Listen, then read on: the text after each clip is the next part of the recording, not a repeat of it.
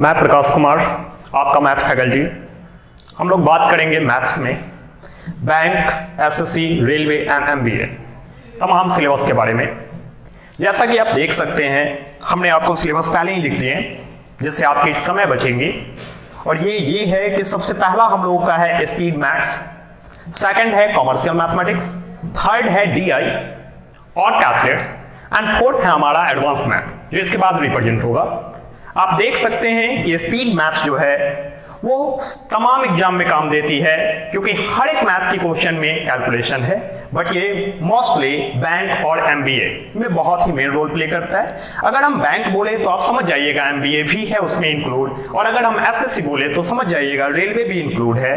जैसा कि आप देख सकते हैं स्पीड मैथ में हम लोग simplification, approximation, inequality, number series के बारे में पढ़ेंगे। कमर्शियल मैथ में ratio, proportion, alligation, partnership, time and work, pipe and cistern, time and distance and ये जो आप देख रहे हैं सिलेबस, ये परसेंटेज है, प्रॉफिट एंड लॉस है, इन सब के बारे में हम लोग पढ़ेंगे। जैसा कि train, boat and stream, age, average, percentage, profit and loss, simple interest जिसे मैंने ऐसा ही लिखा, कंपाउंड इंटरेस्ट जिसे मैंने सीआई कहा, discount, commutation and combination, probability and data sufficiency. Logic क्या है कि एसआई पहले है, सीआई भी पहले है, बाद में डिस्काउंट है। ये लॉजिक हम लोग टॉपिक में क्लियर करेंगे क्योंकि ये बहुत ही इंपॉर्टेंट है लेटेस्ट पैटर्न को देखते हुए। फिर हम लोग बात करते हैं डीआई और कैलकुलेट्स। ये एमबीए और बैंकिंग का बहुत ही मेजर सेक्शन है क्योंकि आप लोग जानते भी होंगे बैंक का मेंस लिखता ही है डेटा इंटरप्रेट, तो ये आप समझ सकते हैं कि डीआई उसके लिए बहुत ही खास है, बट ये एसएससी और रेलवे के लिए भी बहुत जरूरी है क्योंकि आप जानते हैं कि हर एक एसएससी या रेलवे की एग्जाम में, चाहे वो प्रीलिम्स हो या मेंस हो, उन सभी में आती है। इसलिए हमने इसे इतनी कैटेगरी में डिवाइड किया है जिससे आप उसे अच्छे से समझें और उस पर काम करें। जैसा है tabular DI, matching DI, bar graph, line graph, pie chart, combination graph, network जिसे डाडार भी कहते हैं, commercial based DI and finally calculates. आप समझ सकते हैं कि ये जो तमाम सिलेबस है ये इन सभी एग्जाम को टैकल करती हैं और इनकी सबसे बड़ी उपयोगिता क्या है और क्या इनकी मार्क्स वेटेज है, ये हम टॉपिक वाइज बात करते चले जाएंगे जिससे आपको उस समय इंस्टेंट में पता चलेगा और इससे आप इसकी जरूरत को समझ पाएंगे। आइए हम लोग बात कर लेते हैं एडवांस मैथ के सिलेबस पर। आप इन्हें वीडियो को पॉज करके आराम से नोट करें, क्योंकि पॉज करके नोट जरूर कीजिएगा। आप ऐसा जरूर फील कीजिएगा कि आप ऑफलाइन क्लास में ही है। याद रखिएगा ऑफलाइन क्लास इसलिए बहुत जरूरी है क्योंकि इसमें डिसिप्लिन होती है और डिसिप्लिन जब तक आप में होगी तभी आप वहां पहुंच पाएंगे। इसलिए बहुत जरूरी है कि आप इसे फील करें कि ये ऑफलाइन क्लास है, ये वीडियो लेक्चर नहीं है, ये आपकी ऑफलाइन क्लास है जो परंपरा से चलती है और आप इसमें पूरी अनुशासन के साथ वीडियो को पॉज करें और जैसा आप क्लासेस में लिखते थे या लिखा करते थे या जब हम बताते थे तो आप लिखते थे, वैसे ही आप हमेशा लिखिएगा क्योंकि लिखना बहुत जरूरी है। तो जैसा कि हम लोगों ने देखा वो तीनों टॉपिक या चारों, उसके बाद हम लोग बात किए थे एडवांस मैथ। एडवांस मैथ में सबसे पहली टॉपिक है हमारी नंबर सिस्टम, नेक्स्ट है हमारा ट्रिगोनोमेट्री, नेक्स्ट है हमारा हाइट एंड डिस्टेंस, नेक्स्ट है हमारा ज्योमेट्री। जैसा कि हम लोग हमेशा कहते आते हैं कि ज्योमेट्री एडवांस मैथ में बहुत ही मेजर रोल प्ले करता है, इसीलिए हम लोगों ने इसे 5 सब सेक्शंस में डिस्ट्रीब्यूट किए हैं। सबसे पहली सेक्शन है लाइंस, एंगल्स एंड पॉलीगॉन्स, दूसरी है सिमिलर एंड कंग्रुएंट, थर्ड है सेंटर, जानते हैं आप, फोर्थ है क्वाड्रिलेटरल, फिफ्थ है सर्कल। ठीक जब हम लोग ज्योमेट्री से आगे बढ़ते हैं तो हमने लिखी अगली टॉपिक कोऑर्डिनेट ज्योमेट्री, नेक्स्ट है हमारा अलजेब्रा, नेक्स्ट है हमारा मेंसुरेशन। मेंसुरेशन में हम लोग दोनों थिंग पढ़ेंगे about 2D and 3D। 2D का मतलब आप जानते होंगे जिसमें सिर्फ 2 डायमेंशंस होती है जैसे लेंथ एंड ब्रेथ, ये जो फ्लोर है, और 3D का मतलब जिसमें 3 डायमेंशंस होती है जैसे लेंथ, ब्रेथ एंड ये हाइट, जैसा कि ये घर है। तो आप समझ सकते हैं कि ये हमारी एडवांस मैथ की सिलेबस है। ये एसएससी में बहुत ही मेजर रोल प्ले करते हैं, बट इसके कुछ चुनिंदे topics railway, banking and MBA में भी बहुत ही लेटेस्ट पैटर्न में वर्कआउट कर रहा है। तो प्लीज आप इन्हें भी नोट करें, हम लोग इनकी भी टॉपिक पे विशेषताओं के बारे में बात करेंगे। तो सबसे पहला, जैसा कि आपने देखा कि हमारा सेक्शन ए में स्पीड मैथमेटिक्स के अंतर्गत पहली टॉपिक थी सिंप्लीफिकेशन। तो आइए हम लोग बात कर लेते हैं अबाउट सिंप्लीफिकेशन। इसे आप पॉज करके जरूर नोट करें, आप हमेशा डिसिप्लिन को फॉलो करें।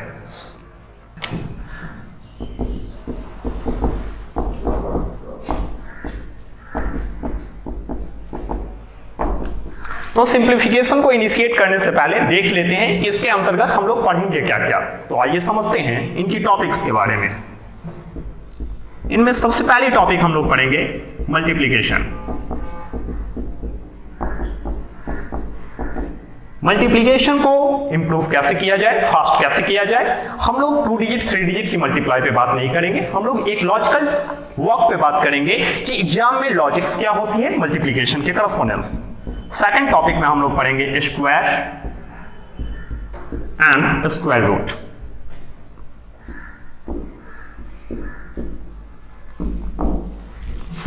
थर्ड टॉपिक में हम लोग पढ़ेंगे cube and cube root. Fourth में पढ़ेंगे हम लोग स्पेशल कैलकुलेशन। ये स्पेशल कैलकुलेशन क्या है हम लोग बात करेंगे। फिफ्थ में हम लोग देखेंगे बीओडी एमएस, जिसे पीईडी एमएस भी बोला जाता है, and simplification based question and questions. हम लोग यही टोटली 5 टॉपिक इसके अंतर्गत पढ़ने वाले हैं। प्लीज अब वीडियो को पॉज करके जरूर नोट कर लीजिएगा। पहली multiplication, second about square and square root, third about cube and cube root, fourth about special calculation and fifth BODMAS, जिसे हम लोग पीईडी एमएस भी बोलते हैं, एंड क्वेश्चंस कि इस पे बेस्ड क्वेश्चन कैसा रहेगा। तो जैसा कि हम लोगों ने सिंप्लीफिकेशन की सबसे पहले सब हेडिंग मल्टीप्लिकेशन लिखी, तो आइए बात कर लेते हैं मल्टीप्लिकेशन के बारे में।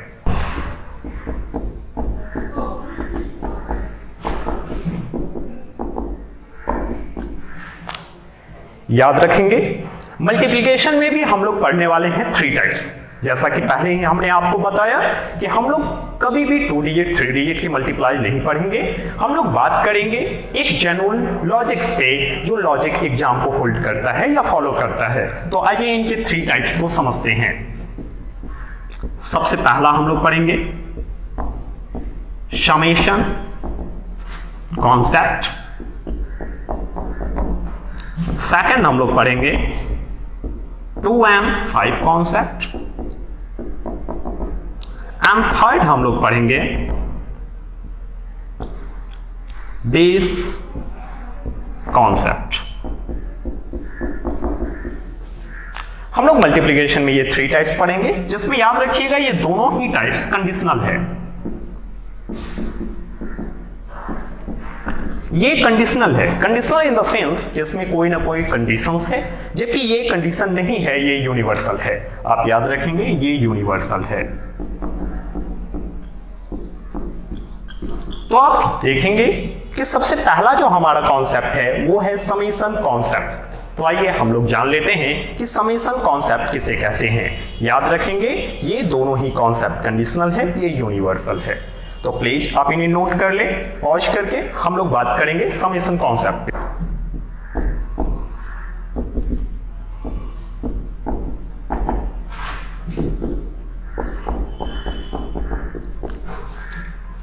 ये बात आपको याद रखनी होगी कि कोई भी नंबर जब आप लिखते हैं तो वो एज अ रो लिखा जाता है। जैसा कि आप देख सकते हैं 98329576। मैंने ये नंबर लिखा, ये एक रो में है, रो का मतलब एक लाइन में। अगर एक नंबर एक लाइन में अगर लिखी जाती है तो ये बात हमेशा याद रखेंगे कि उस लाइन में कोई एक ही आदमी फर्स्ट होगा, कोई एक ही आदमी लास्ट होगा। और ये बात हमेशा याद रखेंगे, हम लोग नंबर लेफ्ट साइड से लिखना शुरू करते हैं, इसीलिए इसे स्टार्ट कहते हैं, एंड राइट साइड पे एंड हो जाता है, इसीलिए इसे हम लोग एंड कहते हैं। तो आप देख सकते हैं कि ये जो नंबर है इसमें स्टार्ट 9 से हुआ है, एंड 6 पे हुआ है। तो याद रखेंगे जहां एंड होती है उसी को हम लोग लास्ट भी कहते हैं, उसी को हम लोग लास्ट भी कहते हैं। और जो सबसे पहली डिजिट एंड से होती है, जो सबसे पहली डिजिट एंड से होती है उसे यूनिट डिजिट बोला जाता है, उसे यूनिट डिजिट बोला जाता है। एंड जो सबसे पहला प्लेस एंड से होता है उस प्लेस को यूनिट प्लेस कहा जाता है। तो प्लेस, ये दो नाम आप याद रखेंगे। अब अगले प्लेस को क्या बोला जाता है, उसके अगले को क्या, हम आगे की काम में करेंगे इसकी इंप्लीमेंट। बट अभी हमें जरूरत है कि हम लोग लिखना लेफ्ट से शुरू करते हैं, राइट पे एंड करते हैं। फर्स्ट डिजिट को यूनिट डिजिट कहते हैं और फर्स्ट प्लेस को यूनिट प्लेस कहते हैं। तो प्लीज आप इन्हें नोट कर लेंगे। आइए एक एग्जांपल से समझते हैं समेशन कॉन्सेप्ट को। तो हम लोग लेते हैं एग्जांपल फर्स्ट। हम लोग समेशन कॉन्सेप्ट को अबाउट एग्जांपल समझते हैं। जैसा कि आपके पास एक नंबर है 82 मल्टीप्लाइड बाई 88, आपसे बोला गया कि आप इन्हें मल्टीप्लाई करो। तो आपको समेशन कॉन्सेप्ट में सिर्फ कंडीशन याद रखनी है। जैसा कि मैंने पहले बताया कि ये कंडीशनल कॉन्सेप्ट है। कंडीशन सिर्फ ये है कि आपको याद रखना है कि यूनिट डिजिट का सम 10 होना चाहिए। तो यूनिट डिजिट का सम क्या है भाई, 10 है। और फिर आपको देखना है कि रेस्ट सेम होना चाहिए। तो रेस्ट क्या होने चाहिए, सेम होने चाहिए। आप इस बात को याद रखेंगे, यूनिट डिजिट का सम 10 होना चाहिए, रेस्ट सेम होना चाहिए। यस, ऐसा अगर कंडीशन है तो आप समेशन कॉन्सेप्ट इंप्लीमेंट कर सकते हैं। अब बात ये रही कि हम समेशन कॉन्सेप्ट इस पे इंप्लीमेंट करने जा रहे हैं, तो आपको कुछ नहीं करना, यूनिट डिजिट का प्रोडक्ट कर लेना है। आप इनका प्रोडक्ट करो तो 8 2 जा 16, मैंने 16 लिखा। और फिर जो रेस्ट टर्म है, ये है कितना, 8। तो जो भी रेस्ट टर्म है उसमें आप हमेशा 1 इंक्रीज कर मल्टीप्लाई करेंगे। आप हमेशा 1 बढ़ाकर मल्टीप्लाई करेंगे। तो 8 में आप 1 बढ़ाकर मल्टीप्लाई किए तो ये आता है 72। तो आप लिख देंगे कि हमारा जो प्रोडक्ट है इनका ये है 7216। तो इसका प्रोडक्ट यही रहा 7216। आपको यूनिट का प्रोडक्ट कर लिख लेना है और जो रेस्ट टर्म है उसमें 1 इंक्रीज कर मल्टीप्लाई करनी है। आइए इसकी दूसरी एग्जांपल भी समझते हैं, बट आप इन्हें अच्छे से समझे प्लीज। आप इन्हें नोट कर लीजिएगा। 993997 हमें कहा गया मल्टीप्लाई कीजिए। हमें कुछ नहीं करना, हमें सिर्फ देखनी है कि क्या ये समेशन कॉन्सेप्ट को फॉलो कर रहा। तो आइए देखते हैं कि समेशन कॉन्सेप्ट को ये फॉलो कर रहा या नहीं। तो आप देख सकते हैं इनका सम कितना है, तो इनका सम 10 है। एंड रेस्ट कितना है, तो आप देख सकते हैं रेस्ट क्या है, सेम है। आप देख सकते हैं रेस्ट सेम है। अब जब ऐसा है तो आपको कुछ नहीं करना, यूनिट का प्रोडक्ट कर लीजिए। तो यूनिट डिजिट का प्रोडक्ट कर लीजिए। 7 3 जा 21, मैंने 21 लिखा। फिर जो रेस्ट है, रेस्ट आपको कितना यहां दिख रहा, 99। तो जो भी रेस्ट रहता है आप उसमें कितने से मल्टीप्लाई करते हैं, 1 इंक्रीज कर। तो आप इसमें मल्टीप्लाई करेंगे 100 से। आप हमेशा याद रखिएगा 0 से कभी भी मल्टीप्लाई करनी हो तो 0 से मल्टीप्लाई करना नहीं पड़ता है, वो सबमिट कर देना होता है। सबमिट करने का मतलब कि आप 1 से 99 में मल्टीप्लाई कर ले तो 99 ही रह जाएगा। और अगर डबल जीरो है तो आप 00 सबमिट कर दीजिए। तो आपने देखा 99 100 से मल्टीप्लाई 99 100, तो आप इनके आगे सबमिट कर दे 99 100। तो हमारी आंसर यही रही। अपना आंसर रहा कि इनका प्रोडक्ट करने पे 990021 आएगा। तो प्लीज इस कंडीशनल कॉन्सेप्ट को आप रिमेंबर रखेंगे, क्योंकि ये आपको square and square root and cube root में भी हेल्प करेगा। तो प्लीज इन बात को ध्यान में रखेंगे। आइए एग्जांपल 3 देखते हैं। एग्जांपल 3 में एक और माइक्रो फैक्ट है, इसलिए इसको अच्छे से समझें। जैसा कि आप देख सकते हैं हमने कहा 71 मल्टीप्लाइड बाई 79। आप देख सकते हैं कि हमें इनकी मल्टीप्लाई करनी है। अगर गौर से देखा जाए तो ये कंडीशन को सपोर्ट कर रहा, ये समेशन के कॉन्सेप्ट की कंडीशन को सपोर्ट कर रहा है। बट आप ध्यान दें, अगर मैंने इनका सम किया तो ये जरूर 10 आ रहा, एंड जब मैंने रेस्ट को देखा तो ये सेम है। हाँ, ये सेम है। अब जब ऐसी बात है तो आपको कुछ नहीं करना, यूनिट का प्रोडक्ट करना है। तो 9 1 जा 9, तो आपने यहां 9 लिखे। बट आपको सिर्फ यही बात याद रखने हैं कि अगर समेशन कॉन्सेप्ट में यूनिट का प्रोडक्ट सिंगल डिजिट में आ रहा है तो आप उसके आगे 0 सबमिट करेंगे। और याद रखेंगे ये सिंगल डिजिट सिर्फ एक ही केस में आएगा, वो है 1 and 9 या 9 and 1। अगर यहाँ 2 होता तो यहाँ 8 होता, और 2 8 या 16 होता है जो डबल डिजिट है। अगर यहाँ 3 होता तो यहाँ 7 होता, 3 7 या 21 होता है जो डबल डिजिट है। तो आप देख सकते हैं कि ये सिर्फ एक ही केस में सिंगल डिजिट देगा, वो है 1 and 9। आपको 1 and 9 जब सिंगल डिजिट में आए तो उसके आगे 0 इंप्लेस कर दीजिएगा, और जो पहले जैसी चलती थी वो वैसे ही चलेगा कि सेम यहाँ कितना है, तो सेम 7 है, तो आप 7 में मल्टीप्लाई करेंगे 1 इंक्रीज कर, मतलब आप लिखेंगे 56। तो आप कह सकते हैं कि इनका प्रोडक्ट है 5609। तो आप इस छोटी सी कॉन्सेप्ट को रिमेंबर रखेंगे कि अगर ये सिंगल डिजिट में आए तो उसके आगे हमें 0 प्लेस कर देनी है। तो सिंगल डिजिट में 1 and 9 में आता है। आइए नेक्स्ट एग्जांपल देख लेते हैं, एग्जांपल 4। एग्जाम्पल 4 कहता है कि जैसे आपके पास टर्म्स हैं 991 एंड 999, हमें इनकी प्रोडक्ट करनी है। आपको कुछ नहीं करना, सिर्फ देखना है क्या ये समेशन को होल्ड कर रहा। Yes absolutely. अगर ये समेशन को फॉलो कर रहा तो आप हमें बताएं क्या यूनिट का सम 10 है। हाँ आप देख सकते हैं यूनिट 10 है। क्या रेस्ट सेम है। हाँ आप देख सकते हैं रेस्ट सेम है। अब जब ऐसी बात है तो आप यूनिट का प्रोडक्ट करें, 9 1 या 9।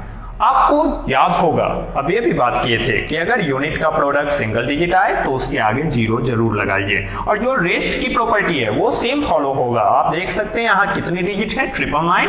आप 999 में मल्टीप्लाई किससे करेंगे, 1 प्रोसीड कर। तो 999 को 1 बढ़ाकर मल्टीप्लाई करने का मतलब 1000। इसका मतलब है कि ये 999 000 है। आप यहाँ पे 999 000 इंप्लेस कर दें तो अपनी आंसर यही रही। तो इस कॉन्सेप्ट को आप समझे होंगे। आप वीडियो को पॉज करके जरूर इन्हें नोट कीजिएगा, जरूर कुछ अपने रैंडम एग्जांपल्स भी लीजिएगा और इसको सिलेक्ट कीजिएगा एंड सपोर्ट कीजिएगा। आइए हम लोग दूसरी पॉइंट पे काम कर लेते हैं जो हमारा है 2 and 5 कॉन्सेप्ट। इन्हें नोट कीजिएगा। सेकंड कॉन्सेप्ट है हमारा 2 and 5 कॉन्सेप्ट।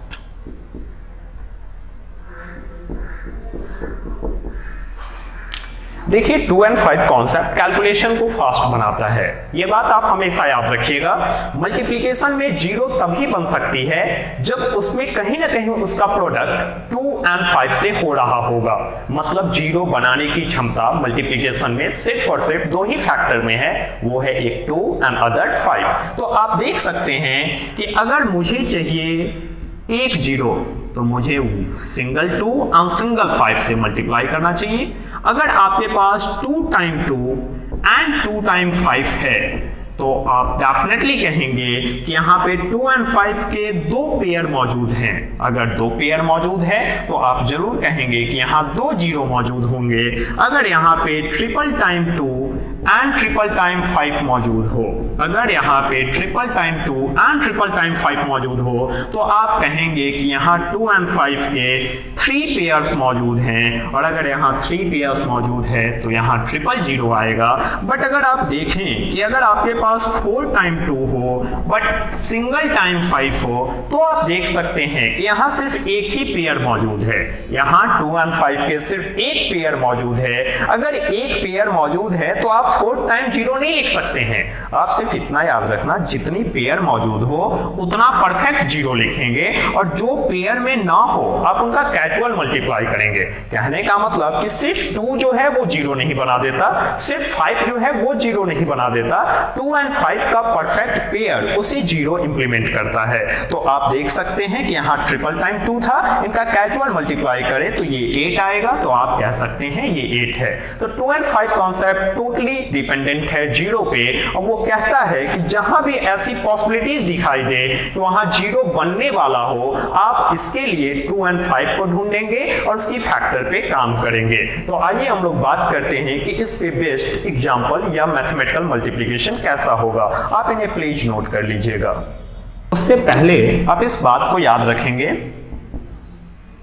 2 का 1 एक्सपोनेंट 2 होता है, 2 का 2 एक्सपोनेंट 4 होता है, 2 का 3 एक्सपोनेंट 8 होता है, 2 का 4 एक्सपोनेंट 16 होगा, 2 का 5 एक्सपोनेंट 32 होगा, 2 का 6 एक्सपोनेंट 64 होगा, 2 का 7 एक्सपोनेंट 128 होगा, 2 का 8 एक्सपोनेंट 256 होगा, 2 का 9 एक्सपोनेंट 512 होगा एंड 2 का 10 एक्सपोनेंट 1024 होगा।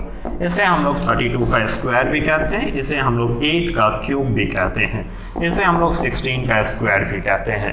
तो ये कुछ रैंडम न्यूमेरिक्स हैं जिन्हें आप रिमेंबर रखेंगे। रिमेंबर वहां तक नहीं रखनी है, आप मैक्सिमम यहां तक जरूर याद रखें कि यहां तक को आप रिमेंबर जरूर कर लें, यहां तक को आप लर्न जरूर कर लें, बट हम कोशिश करेंगे कि जितनी हो सके ज्यादा से ज्यादा नंबर्स याद रखें। तो प्लीज ये 2 एक्सपोनेंट 10 तक है, आप इन्हें जरूर नोट करें और कोशिश करें कि 2 एक्सपोनेंट 6 तक आप इन्हें याद रखें, 2 एक्सपोनेंट 6 तक आप याद रखें।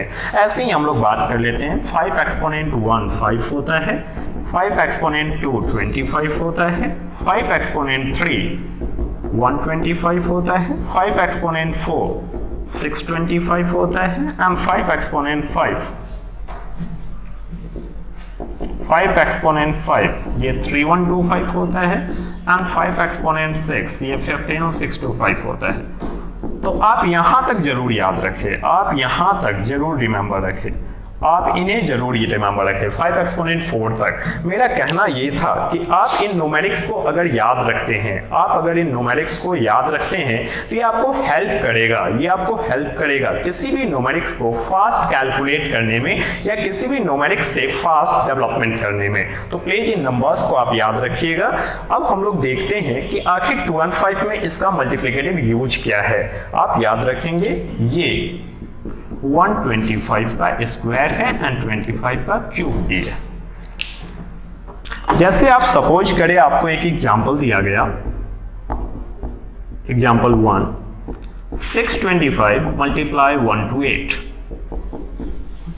आपको कुछ नहीं करना, आपको सिर्फ लॉजिक पे काम करना है। क्या आपको पता है कि ये 5 मल्टीप्लिकेटिव आइडेंटिटी है और ये 2 मल्टीप्लिकेटिव आइडेंटिटी है? तो आप कुछ मत करो, सिर्फ इतना देखो कि इसमें 5 कितनी बार है। तो आप देख सकते हैं इसमें 5 4 टाइम्स है एंड इसमें 2 कितनी बार है? तो इसमें 2 7 टाइम्स है। आपको कुछ नहीं करने, देखने हैं कि ये 5 and 2 का बेस्ट है या नहीं। अब आप खुद बताओ, हमें 2 and 5 की परफेक्ट पेयर चाहिए। अगर हमें 2 and 5 की परफेक्ट पेयर चाहिए तो आप देख सकते हैं कि इसमें 5 4 टाइम है, तो हमें 2 भी कितनी टाइम्स चाहिए? 4 टाइम्स ही चाहिए, क्योंकि जो मिनिमाइज नंबर ऑफ एक्सपोनेंट हो आप उतना खोजो। तो यहाँ पर 4 बार 5 थे, आप इसमें भी 4 बार 5 को खोजें। तो क्या हम इसे कह सकते हैं कि ये 5 एक्सपोनेंट 4 है?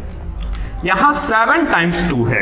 अगर यहां 2 7 टाइम्स है तो आप इन्हें कहेंगे कि ये 4 टाइम्स एंड ऑल्सो 3 टाइम्स, क्योंकि याद रखेंगे हम लोग आगे चलकर एक्सपोनेंशियल डेटा पढ़ेंगे जिसमें ये बात करेंगे कि जब सेम बेस मल्टीप्लाई में होते हैं तो एक्सपोनेंट ऐड हो जाता है, तो 4 and 3 7 ही हो जाएगा। अब आप बताएं यहाँ पे 2 and 5 परफेक्ट कितनी बार है? तो 2 and 5 यहाँ 4 टाइम तो परफेक्ट है, और ये क्या है? तो ये इम्परफेक्ट है, मतलब ये उनके पेयर के बाहर है। अगर ये पेयर के बाहर है तो इनका आप कैजुअल मल्टीप्लाई कर लो। तो 2 का क्यूब क्या होगा? तो 2 का पावर 3 मतलब 2 का क्यूब ये 8 होगा। और यहां पर कितनी बार परफेक्ट पेयर बन रही है? यहां अगर ये 4 टाइम परफेक्ट पेयर बन रहा तो आप यहां 4 0 इंप्लेस कर दें, जिसे आप लिख सकते हैं 8 into 10 एक्सपोनेंट 4। आप ऐसे भी लिख सकते हैं। तो ये बात आप याद रखेंगे, ये आपको हेल्प करेगा किसी भी फास्ट कैलकुलेशन में जहां 2 and 5 का फंडामेंटल राइट दिखाई देगा। तो ये 2 and 5 कॉन्सेप्ट है, आप इन्हें याद रखेंगे। जैसे कि एक एग्जांपल हम लोग ले लेते हैं, सपोज करें 6 4 9 एंड 6 4 1। आप देख सकते हैं कि हमें इनका मल्टीप्लाई करना है। अगर हमें इन्हें मल्टीप्लाई करनी है तो आप बताएं क्या ये समेशन कॉन्सेप्ट है? हाँ, आप देख सकते हैं ये समेशन कॉन्सेप्ट है। अगर ये समेशन कॉन्सेप्ट है तो आप कुछ मत करो, आप पहले इन्हें मल्टीप्लाई कर लो समेशन के प्रोसेस से। आप बताएं 1 and 9 का प्रोडक्ट कितना होगा? 9। भाई ये तो सिंगल डिजिट है ना, अगर ये सिंगल डिजिट है तो इन्हें डबल डिजिट बनाने के लिए हम 0 इंप्लेस करेंगे। अब जो रेस्ट टर्म होती है, यहाँ रेस्ट रेस्ट टर्म कितना है 64, और यहाँ रेस्ट टर्म जो भी रहता है हम उसमें किससे मल्टीप्लाई करते हैं 1 इंक्रीज कर, तो हम मल्टीप्लाई करेंगे 65 से। तो अब आप देख सकते हो कि ये 4 है एंड ये 5 है, तो डेफिनेटली ये 2 और 5 कॉन्सेप्ट से आप मल्टीप्लाई करो क्योंकि उससे फास्ट मल्टीप्लाई होगा। अब बताओ, हम आपको समझाने के लिए ऐसे लिख रहे हैं कि इसमें 2 से अगर डिवाइड दोगे तो यहाँ 32 आएगा, और इसमें 5 से डिवाइड दोगे तो यहाँ 13 आएगा। बताएं यहाँ 2 और 5 के कितने परफेक्ट पेयर बन रहे हैं, तो आप देख सकते हैं यहाँ 2 और 5 के एक सिंगल परफेक्ट पेयर बन रहे हैं, तो यहाँ एक 0 आप डाल दें और आप 13 का प्रोडक्ट कर लें। 13 2 जा, तो आप इनका प्रोडक्ट करें तो आप देख सकते हैं 13 2 जा 26 एंड 13 3 जा। तो एक बात आप याद रखेंगे, हम आपसे रिक्वेस्ट कर रहे हैं, आप इन्हें रिमेंबर रखेंगे कि अब से हम कैरी ऐड करके ही बोलने की आदत डालेंगे, हम कैरी को ऐड करके ही बोलने की आदत डालेंगे। प्लीज ध्यान से यहां समझे। 13 2 जा 26, मैंने 6 लिखा, कैरी कितने हैं 2, तो 13 3 जा 41, क्योंकि मुझे अब 39 नहीं बोलना, अब मुझे 2 नहीं बोलना, डायरेक्ट ऐड करके बोलना है। ये हैबिट आपको फास्ट बनाएगी, तो आप इन्हें इंप्लीमेंट करें। तो ये आता है 4160, तो मैं यहां लिख दे रहा 4160। और बहुत आदमी सोच रहे होंगे कि हम तो इन्हें कैजुअल मल्टीप्लाई कर सकते थे, तो याद रखना जब आप समझने लगेंगे ये लिखनी नहीं पड़ेगी, डेटा सॉफ्ट हो जाएंगे। तो प्लीज अब इस हैबिट को डेवलप करें एंड 2 और 5 के मल्टीप्लिकेटिव आइडेंटिटी को समझिए। आइए देख लेते हैं बेस कॉन्सेप्ट ऑफ मल्टीप्लिकेशन। आप इन्हें नोट कर ले, अच्छे से लिखिएगा, जहां नहीं समझ में आए आप रिपीट करके देख लीजिए। जैसा कि मैंने आपको बताया कि base concept of multiplication, base concept of multiplication जो है वो यूनिवर्सल है। यूनिवर्सल इन द सेंस कि इसमें कोई कंडीशन नहीं है, आप किसी भी मल्टीप्लिकेटिव आइडेंटिटी पे काम कर सकते हो। 2 और 5 आपने देखा कंडीशनल है, समेशन आपने देखा कंडीशनल है, बट ये जो बेस कॉन्सेप्ट ऑफ मल्टीप्लिकेशन है ये यूनिवर्सल है। आप किसी भी मल्टीप्लिकेटिव आइडेंटिटी पे काम कर सकते हैं, चाहे ऊपर 4 डिजिट की हो, नीचे 2 डिजिट की हो, फिर भी आप इंप्लीमेंट कर सकते हैं। आइए एक एग्जांपल से इनिशिएट करते हैं। एग्जांपल 1 में हम लोग लेते हैं 112 मल्टीप्लाइड बाय 108। आप मुझे बताएं क्या इसमें समेशन कॉन्सेप्ट लगेगा? नहीं। आप देख सकते हो ये सम तो 10 है बट रेस्ट सेम नहीं है, रेस्ट सेम नहीं है। फिर हमने बात की क्या 2 और 5 लगेगा, तो भाई यहाँ 2 से डिविजिबल तो है, यहाँ भी 2 से डिविजिबल है, बट 5 से डिविजिबल नहीं है। तो आप देख रहे हैं ना तो यहाँ समेशन लग रहा है ना ही यहाँ पे 2 और 5 लग रहा है, तो डेफिनेटली हमें तब बेस कॉन्सेप्ट की यूज करनी चाहिए। और याद रखिएगा बेस कॉन्सेप्ट ऑफ मल्टीप्लिकेशन इसलिए जरूरी है जो आपको थॉरो कैलकुलेशन में फास्ट बनाएगा, जो आपको सोचने की क्षमता को डेवलप करता है, इसलिए ये कैलकुलेशन सोचने के लिए बहुत जरूरी है।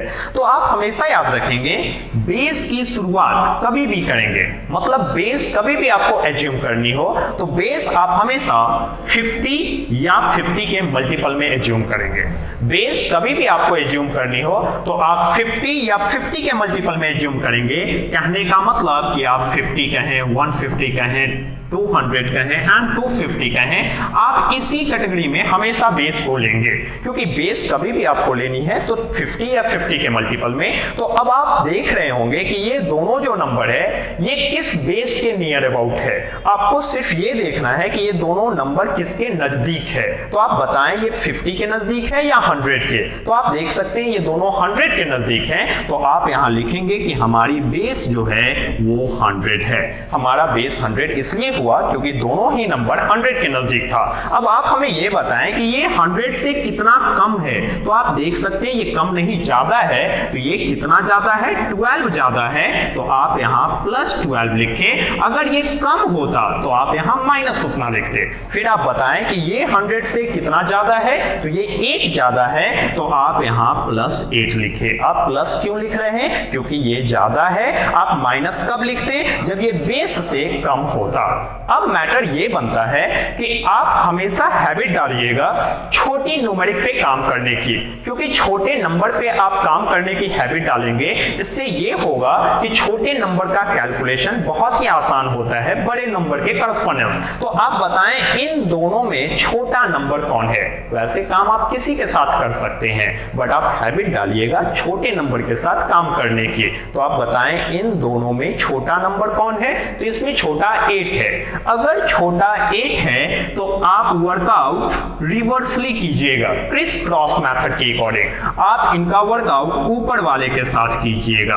अगर आप छोटा न्यूमेरिक ऊपर वाले को देखते हैं तो उसका वर्कआउट नीचे वाले से करना चाहिए। तो आप इस बात का ख्याल रखेंगे कि आप हमेशा क्रिस क्रॉस यूज करेंगे, जिसमें अगर नीचे वाले को आप एज्यूम कर रहे हैं तो वर्कआउट ऊपर वाले से करना है, अगर ऊपर वाले से एज्यूम कर रहे हैं तो वर्कआउट नीचे वाले से करना है। तो आप बताएं 112 में आपको कितना ऐड करना चाहिए? तो आप देख रहे हैं यहां प्लस है तो आपको ऐड करना चाहिए 8। तो आप 8 को 112 में ऐड करें तो ये कितना देगा? 120। एंड अब इसके बाद आपको कुछ नहीं करना, आपने जो बेस एज्यूम कर रखे हैं उससे आपको इसमें मल्टीप्लाई कर देना है। जब हम लोग समझने लगेंगे तो हम मल्टीप्लाई करके ही लिखेंगे। हम यहाँ मल्टीप्लाई का साइन देकर 00 लिखने की कोई जरूरत नहीं करेंगे, हम डायरेक्ट यहाँ 00 इंप्लेस कर देते हैं। बट ये छोटी सी बात बहुत जरूरी है, आप इनका प्रोडक्ट हमेशा जस्ट नीचे लिखेंगे। तो सबसे पहले आता है साइन का प्रोडक्ट। तो आइए समझ लेते हैं मल्टीप्लिकेशन में साइन का प्रोडक्ट। याद रखेंगे सेम साइन का प्रोडक्ट हमेशा पॉजिटिव होता है। आप कभी भी इन्हें प्लस माइनस करके याद मत करो, आप हमेशा इसे सेम करके याद रखो।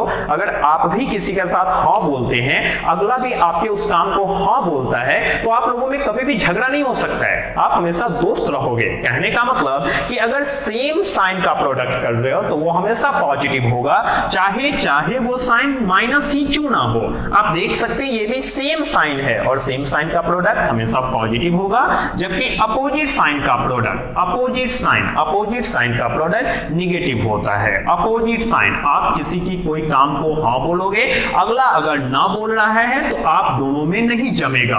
कहने का मतलब कि सेम साइन का प्रोडक्ट प्लस होता है, अपोजिट का प्रोडक्ट माइनस होता है। तो सबसे पहले इनका प्रोडक्ट करके लिखने की सेंस में पहले साइन का प्रोडक्ट कर लो।